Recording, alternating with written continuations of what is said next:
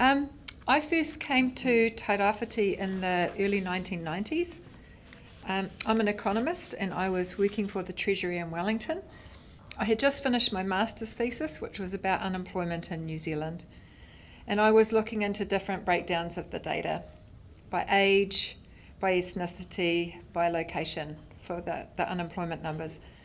And I was getting more and more frustrated that the Treasury wasn't really looking behind those headlines. And my manager would sit me down once a week and say, "That's not your job," which was absolutely true because the Treasury isn't resourced to dig into that kind of detail. They're the big picture guys, right?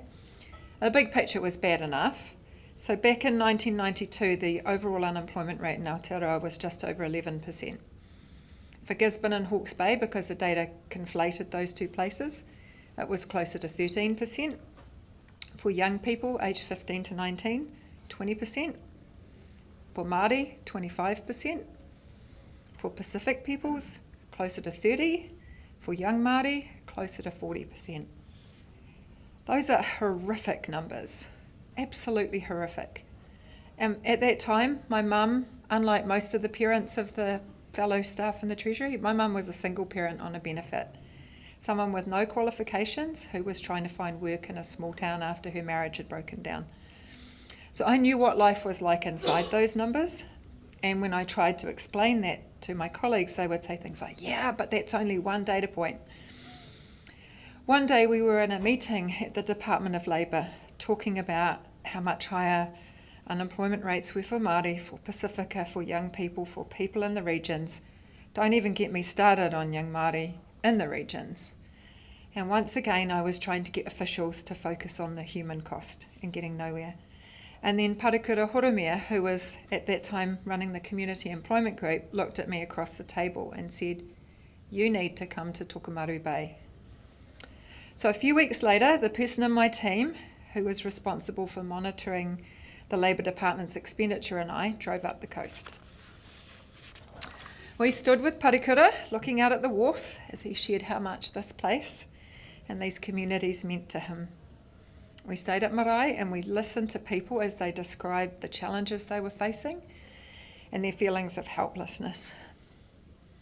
And that opportunity to truly connect research and data with people's experiences completely changed how I work.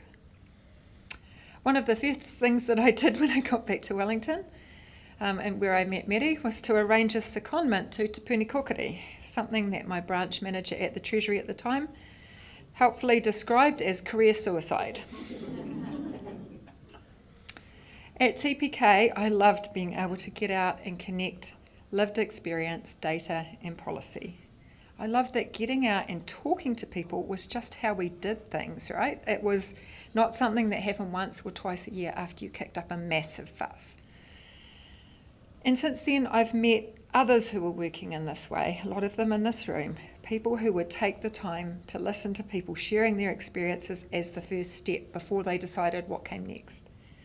But it has always felt to me like there should be many more of us. I first learned about Manaaki tairawhiti in 2021 when I was writing a paper for the Productivity Commission about joined up social services. As Lesland explained earlier, Manaaki tairawhiti was building on the Commission's earlier more effective social service inquiry recommendations. And I could see that, we like to look, as economists, we like to look for exemplars, and Manaaki tairawhiti was doing all the things the Commission had started to dig into in that earlier report.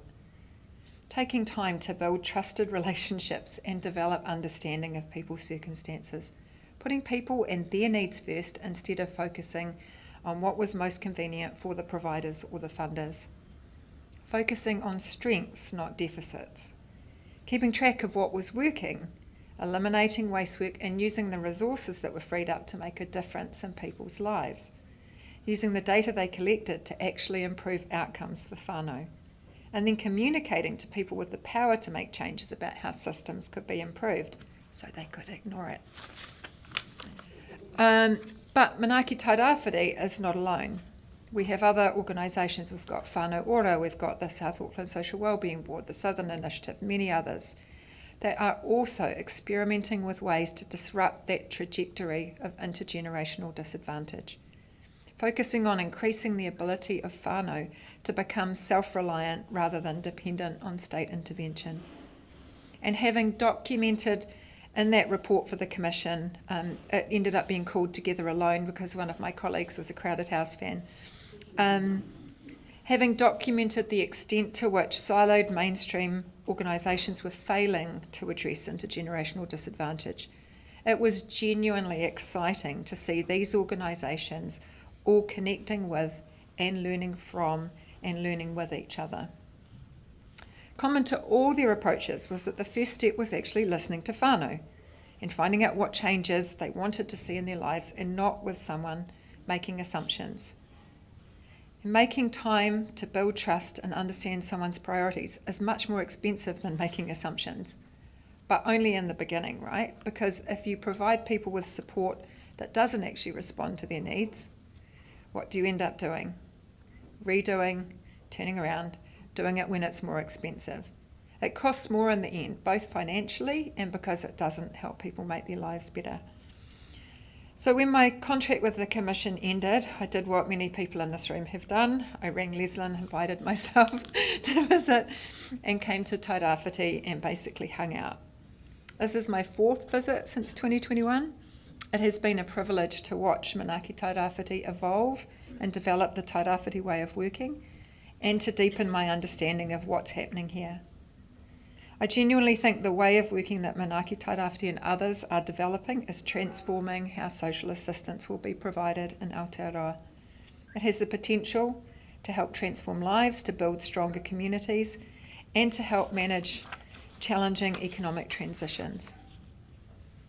This way of working is just an embodiment of innovation.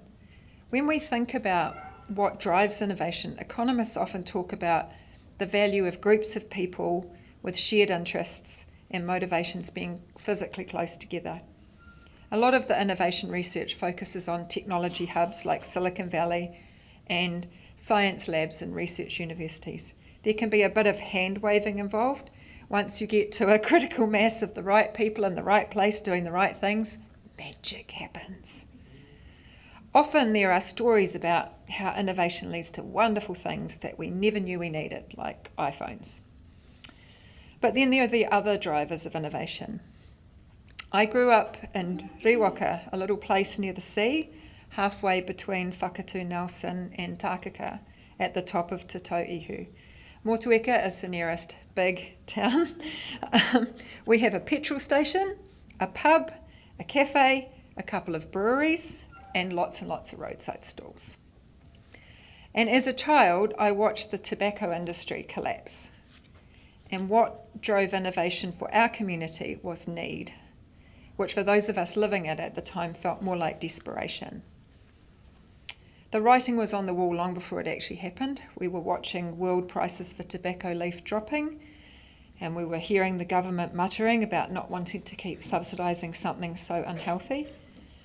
And even though we could see it coming, so many people fought it because growing and curing tobacco was something we knew how to do, and we were good at it, and it created jobs and it paid the bills.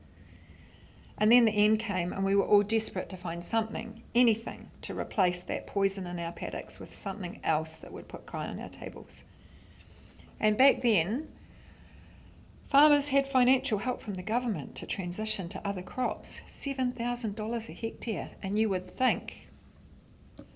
But the problem was, so many of those people also needed help figuring out what to do and making a plan. And because that help wasn't available, they were muddling their way through. These were people who were great at growing tobacco, but most of them didn't know how to transition to something else. Amartya Sen, who won the Nobel Prize in Economics, distinguishes between resources and the ability to turn resources into a good life. That's something he calls capabilities. So growing up in Riwaka, I saw firsthand that resources on their own are not enough. Like, they're helpful, don't get me wrong, but I saw how giving people resources without supporting them to develop their capabilities led to those resources being wasted. Because one thing about little farming communities is that nothing is a secret. You know, as soon as someone came up with a good idea and tried it out, anyone could look over the fence and go, deer, or ooh, echinacea. And then the market would be flooded the next year with deer or echinacea or blackcurrants or goats or whatever it was. The price would crash and we would be back where we started, just with more debt and more obsolete machinery. Tairāwhiti has endured similar losses: the loss of the freezing works, the loss of food processing, and the writing is on the wall for plantation forestry in its current form, just as it was for tobacco. Clearfell pine plantations, that's such a hard, Rebecca, I don't know how you said that without tripping, have ravaged the land, destroyed rivers, and lost many lives. But forestry also provides the people of Tairāwhiti with specialised well-paying jobs. There's a growing acknowledgement that current practices, including those that leave slash to wash down the hills and destroy whenua, awa and infrastructure, are no longer tenable. But so far, the alternative ways of putting kai on the table don't make as much money as forestry. Economic transitions can be painful, but they don't always mean stopping something completely. In Tairāwhiti, economic transition might mean a forestry industry more focused on kaitiakitanga, with stronger protections for workers and the environment, backed up by rigorous assessors and severe penalties for abuse. It might also mean new jobs and industries emerging to sit alongside forestry. And while communities can take the lead in managing this kind of transition, it isn't something they can do alone. You need governments to provide a stable monetary and fiscal environment.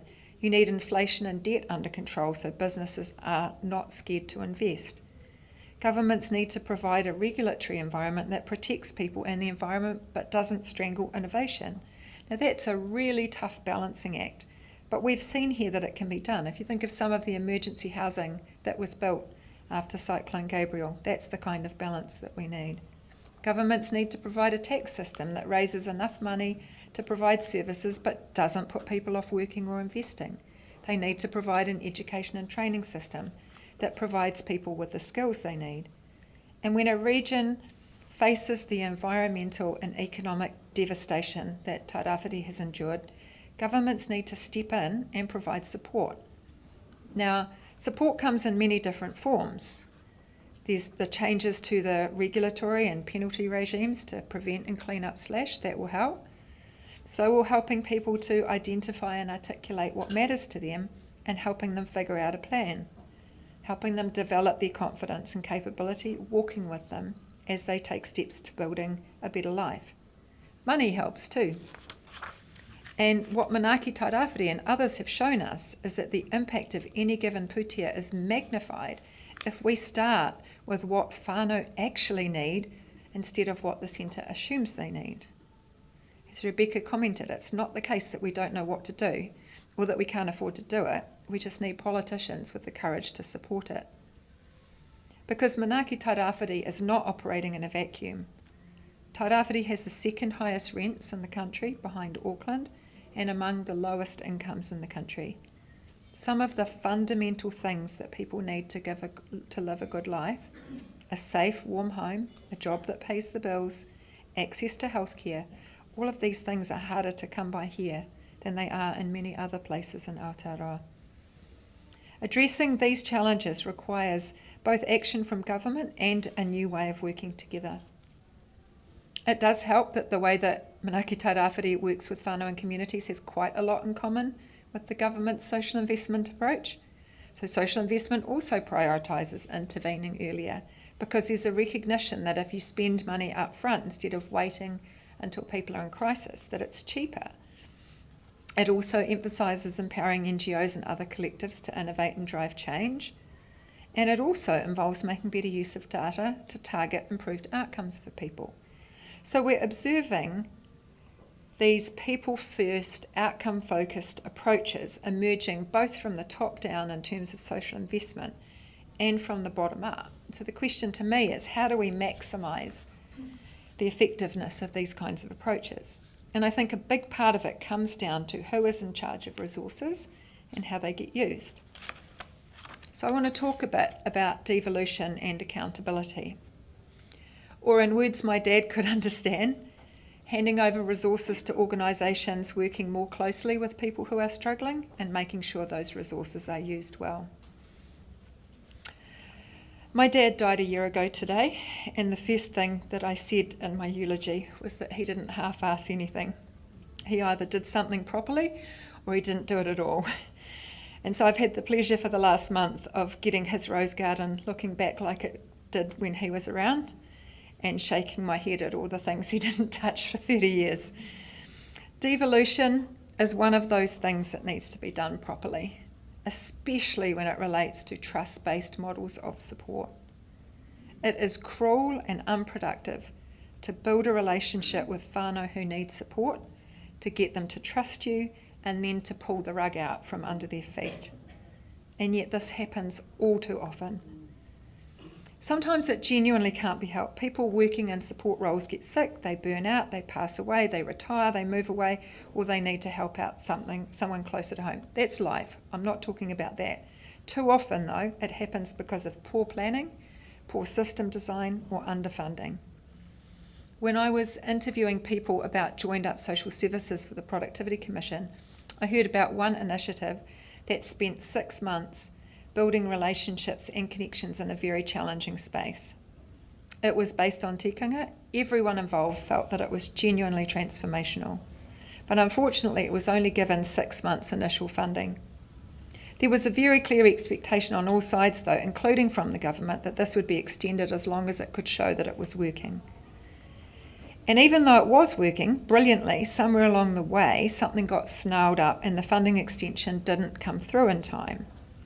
So then a couple of key people left because they needed to be able to pay their bills. And the emphasis on tikanga was dropped with no warning because there was no resourcing for that.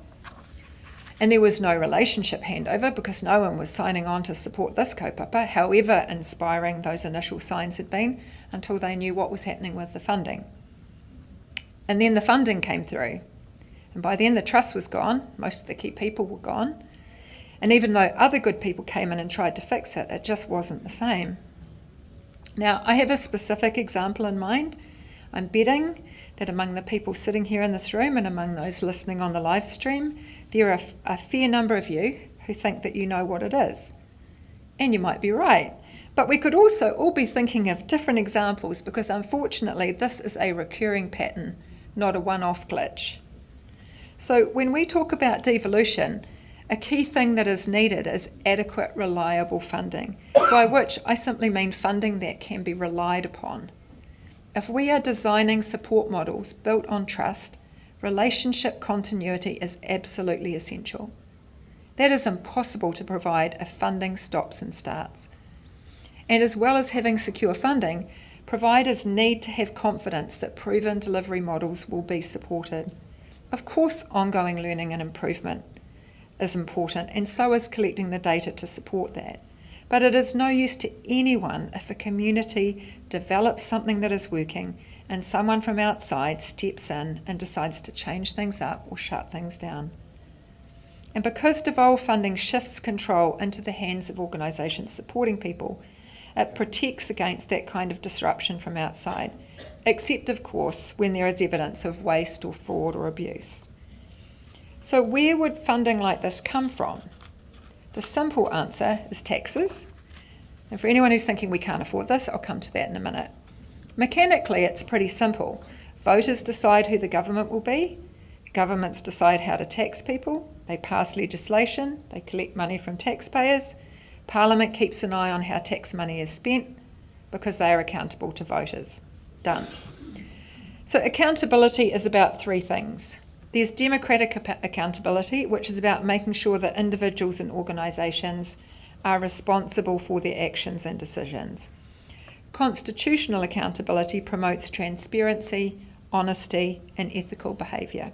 It helps prevent or reveal when there's abuses of authority. And there's also a learning dimension to accountability that supports ongoing improvement at the level of systems, organisations, and individuals.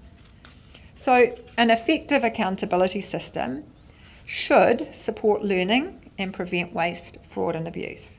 Because no one wants to see money wasted. No one wants to see it spent on things that don't work.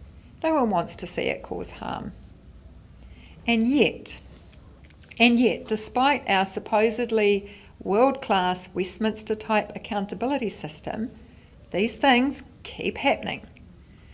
So the Productivity Commission's A Fair Chance for All inquiry produced the latest in a long line of reports, pointing out, spoiler alert, that the billions spent on existing social services are simply not moving the needle on intergenerational disadvantage.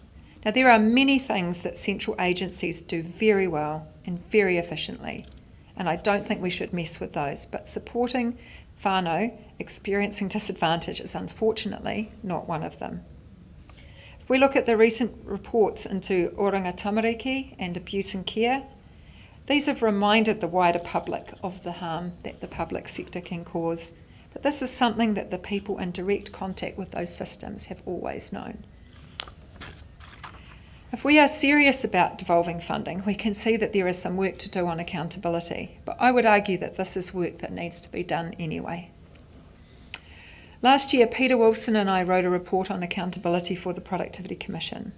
We concluded that our current public sector accountability system is too focused on something we called pseudo-accountability or fake accountability, costly reporting that makes people feel like they are doing something. We recommended putting less emphasis on inputs and outputs and pseudo-accountability and focusing more on ongoing learning and outcomes based on the voices of system users, as Manaaki Tairawhiti does with Uringi.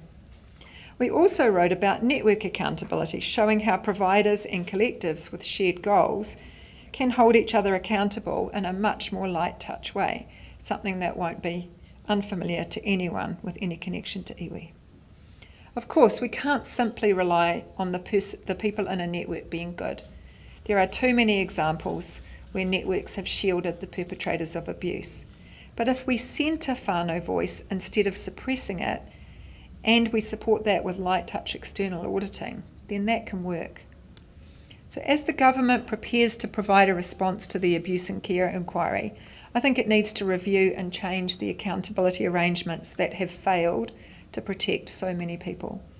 And while it's doing that, it should make sure that the new arrangements are fit for purpose when it comes to supporting devolved funding. And the Office of the Auditor General has been doing some great work in this space, and I think it's definitely something that's able to be done practically. So what about, that's the accountability, tick. What about the handing over the resources part? Now, no question, there's always competing demands on the money raised from taxpayers. And once again, we know we are all facing a period of fiscal restraint. But it makes absolutely no sense to keep spending money on things that we know don't work. Why not try something that might work? Now, devolution will require some mindset shifts because if we're trying different ways of doing things, it's likely that some of them won't work out. That's the nature of experimentation and innovation, right? You don't get the guaranteed outcome, but you get the risk of more upside and more downside. Happily, the prototypes we've seen so far indicate that at least some of them, like Manaaki Tairawhiti and Whānau Ora, will actually produce much better outcomes than the mainstream for less money. We probably also need to look at the incentives facing departmental chief executives, because without explicit incentives, it's rational for CEs who are remunerated partly on the basis of the size of the organisations that they lead to be less than enthusiastic about the possibility of those organisations getting smaller. Social investment 1.0 was seen by too many senior public servants as a threat to their power and prestige, and many of them responded by discouraging ministers from taking risks. And we all know it's not hard to scare ministers. No minister wants to become the headline. And social investment 2.0 needs to absolutely address that head on. Ministers have to be very clear about what they're expecting officials to deliver and hold them accountable for that. One particular area where more work is needed is around shared accountability. It is hard, genuinely hard, to make more than one chief executive in a Westminster hierarchical accountability to ministers and then Parliament system genuinely accountable for the same objective. That's tough. There's some truth in that saying that if everyone's responsible, no one is. I've got 5 kids, and I can tell you I've heard more complaints about those kids on the joint project that weren't pulling their weight. Very few come home, oh, we had this wonderful collaborative experience, Mum, 2 + 2 = 7. Yeah. But let's not get too down on the hard parts or lose sight of the bigger picture. We know what doesn't work, and we've got a pretty good idea about what does work. We know what needs to be done, we just need to get on and do it. So why haven't we? And what can we do about that? Economists often talk about this thing called revealed preference, which is looking at what people do, not what they say, so that you can figure out what they really think. And many of the departmental CEs talk a great game about devolution and shared accountability, but they haven't yet really delivered. One path we can go down here is the analytical one. We can try and scratch our heads and get to the bottom of why, for decades, people in power have known what they need to do to address intergenerational disadvantage and why they haven't done it, and try to mitigate against it. There are plenty of credible contenders: colonisation, power, self-interest, systems issues. The Productivity Commission had a deep dive into many of these areas in the Fair Chance inquiry, and the government's response was to shut the commission down. The other path is the pragmatic one. This is where courageous ministers and courageous public servants can make a huge difference, even when voters aren't quite ready to hear what they have to say. I often think about how realistic and practical the process of tiriti o Waitangi settlements would have felt to my grandparents and great-grandparents back in their day, and about how the need for redress and a more honourable approach from the Crown as tiriti partner going forward was just such an obvious no-brainer to me. Look at what was agreed at Waitangi. Look at what happened afterwards. This is how you need to fix it. This is how you need to behave going forward. Get on with it. Because you can see in that example, when politicians willing to do the right thing and iwi and hapu prepared to hold them accountable come together, progress occurs. I'm not suggesting iwi are a monolith, that there aren't differing views to be worked through, that this won't take time or that this won't be hard, especially in an environment where people with dishonourable motives are currently trying to redefine what Te Tiriti o Waitangi says and means. I hope I didn't just roll my eyes on camera. It might have been an involuntary response. But in the same way that the settlements process was so clearly necessary and right when you look back on it. It was necessary and right, and there were people who knew that at the time, but just bringing the whole country to that view, so too is the need for devolution.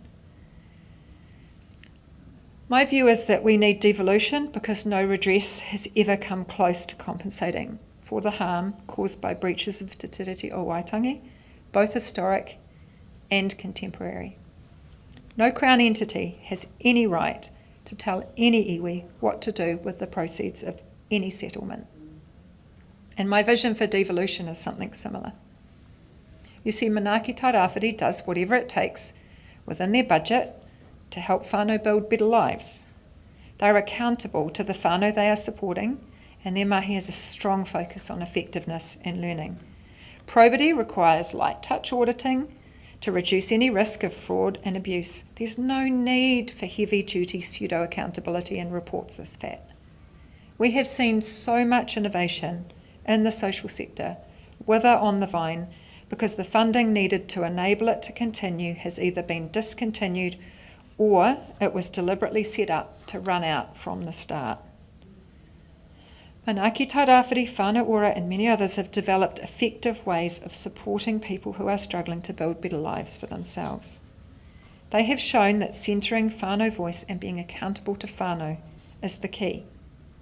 So devolved funding with more effective, lighter touch accountability arrangements would free these organisations up to do what they do best, to focus on working with whānau. Instead, all of these organisations repeatedly find themselves using a lot of time, energy and resources persuading governments to continue funding their proven models, while the ineffective services provided by the mainstream are included in the baseline and really get looked at. One of the things that the UK Treasury did when I was there was host a 3-yearly spending review where they went through line by line. Didn't actually work, but the concept of actually interrogating the baseline expenditure in the same way that innovative programs were examined really did shift the balance of power and the balance of expectation within the public service there. Because it would need to be funded through a vote and because most politicians want to be re-elected, we need a couple of things for devolution to work. One is an assurance that devolution is not going to lead to the kind of horrors that we have seen brought into wider public consciousness through the abuse in care inquiry. And the other is that it works. That doesn't mean a guarantee of everything being perfect, of nothing ever going wrong. It means good intentions, listening to what whānau want and agreeing priorities, committing to ongoing learning, sticking to the budget, being accountable to whānau and to each other. It means listening to whānau along the way, figuring out what works and doing more of that, figuring out what doesn't work and stopping. Being transparent so that anyone from outside can see that this works and nothing dodgy is happening. It's really not that hard. Okay, done.